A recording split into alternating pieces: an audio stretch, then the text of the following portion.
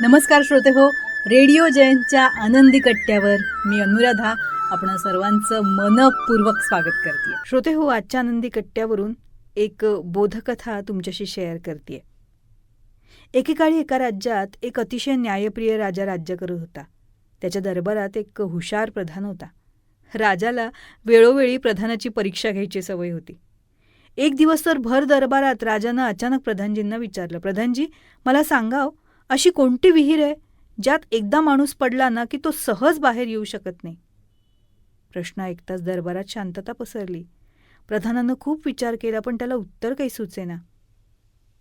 राजा म्हणाला, घाई नाही, तुम्हाला 7 दिवसाची मुदत देतो, नीट विचार करून उत्तर द्या.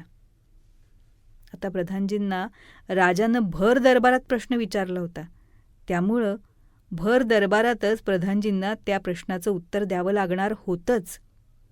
या प्रश्नाचं उत्तर काय असेल याचा विचार प्रधानजी रात्रंदिवस करत होते. पण त्यांना उत्तर काही सापडत नव्हतं. अशी कुठली बरं विहीर असेल? हा विचार करत आणि या प्रश्नाचं उत्तर शोधत त्यांनी गावातल्या सगळ्या विहिरी पालथ्या घातल्या. पण त्यांना अशी कुठल्या प्रकारची विहीर असेल याचं उत्तर काही मिळेना. शेवटी फिरत फिरत संध्याकाळ झाली. दिवसभर फिरून प्रधान दमले होते. ते एका झाडाखाली बसले. जवळच एक मेंढपाळ आपल्या मेंढ्यांना गोळा करत होता. चरायला आणलं होतं त्यांनी माळरानावर मेंढ्यांना आणि आता घरी जायची वेळ झाली होती म्हणून तो मेंढ्यांना गोळा करत होता. प्रधानजींना त्यानं समोर पाहिलं आणि प्रधानजींचा चेहरा उतरलेला पाहून मेंढपाळ त्यांना म्हणाला, काय खूप चिंतेत दिसता प्रधानजी तुम्ही, काही अडचण आहे का? प्रधान म्हणाला, अरे तुला सांगून काय उपयोग आहे, मोठ्या मोठ्या विद्वानांना ज्याचं उत्तर सापडलं नाही ते तू काय सांगणार? मेंढपाळ हसला आणि म्हणाला, साहेब काय अडचण आहे ही तुम्ही जर मला सांगितली तर मी नक्कीच सोडवायचा प्रयत्न करेल, सांगून तर बघा. मग प्रधानानं राजाचा प्रश्न त्या मेंढपाळाला सांगितला.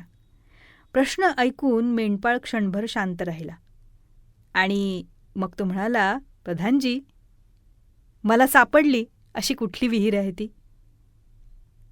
प्रधानांना आश्चर्यानं विचारलं, कुठली अशी विहीर सांग बरं, मी तर संपूर्ण राज्य पालथं घातलं.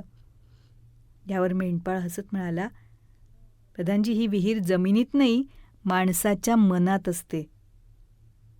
प्रधानजींना तर अजूनही काही कळत नव्हतं. म्हणजे काय म्हणतोयस तू?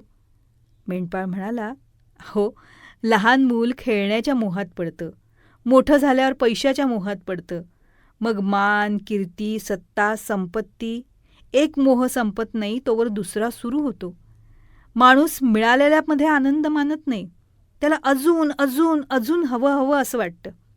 हाच मोह त्याला आत खेचत राहतो. म्हणूनच ही मोहाची विहीर आणि यात पडलेला माणूस कितीही प्रयत्न केला तरी स्वतःहून बाहेर येऊ शकत नाही. प्रधानजी आता विचारात पडले. मग त्यांनी विचारलं, मग यातून बाहेर कसा पडू शकतो माणूस? यावर मेंढपाळ हसून म्हणाला, यासाठी 3 गोष्टी लागतात, समाधान, संयम आणि विवेक. ज्याला जे आहे त्यात आनंद मानता येतो, जो योग्य अयोग्य ओळखतो आणि जो स्वतःच्या मनावर ताबा ठेवायला शिकतो, तोच या विहिरीतून बाहेर पडतो. बस, प्रधानजींना उत्तर मिळालं. दुसऱ्याच दिवशी ते दरबारात गेले. राजानं विचारलं, काय प्रधानजी मिळालं का उत्तर?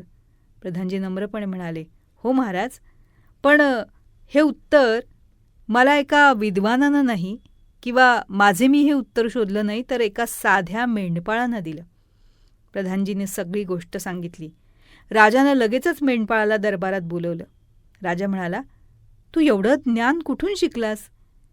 यावर मेंढपाळ हसत म्हणाला, महाराज मी फारशी काही पुस्तकं वाचलेली नाहीत, पण आयुष्य खूप जवळून पाहिलंय. माणूस मोहाच्या मागे धावताना स्वतःचं सुख हरवताना रोजच दिसतो, तिथूनच हे शिकलो. राजा आनंदानं उठून उभा राहिला. त्यानं मेंढपाळाचा सन्मान केला आणि दरबाराकडे पाहून म्हणाला, आज एक मोठा धडा मिळाला ना आपल्या सगळ्यांना. ज्ञान हे काही फक्त मोठ्या पदात नसतं, ते अनुभवात सुद्धा असतं. त्या दिवसापासून राजाच्या राज्यात ही गोष्ट सगळीकडे सांगितली जाऊ लागली. जगातली सर्वात खोल विहीर म्हणजे मोहाची विहीर. याचा बोध हाच की मोह माणसाला अडकवतो, पण विवेक, संयम आणि समाधान त्याला योग्य मार्ग दाखवतात. तेव्हा श्रोते हो, हा होता आनंदी कट्ट्यावरचा आजचा सुंदर विचार. तुम्हाला तो कसा वाटला याविषयीची तुमची कमेंट बॉक्समध्ये नक्की लिहा. आणि त्याचबरोबर रेडिओ जयंतचे दर्जेदार कार्यक्रम ऐकण्यासाठी रेडिओ जयंत लाईक करा, शेअर करा आणि सबस्क्राईब करा. रेडिओ जयंतचं सबस्क्रिप्शन फ्री आहे. आणि त्याचबरोबर नोटिफिकेशनसाठी बेल आयकॉनवर क्लिक करायला सुद्धा विसरू नका.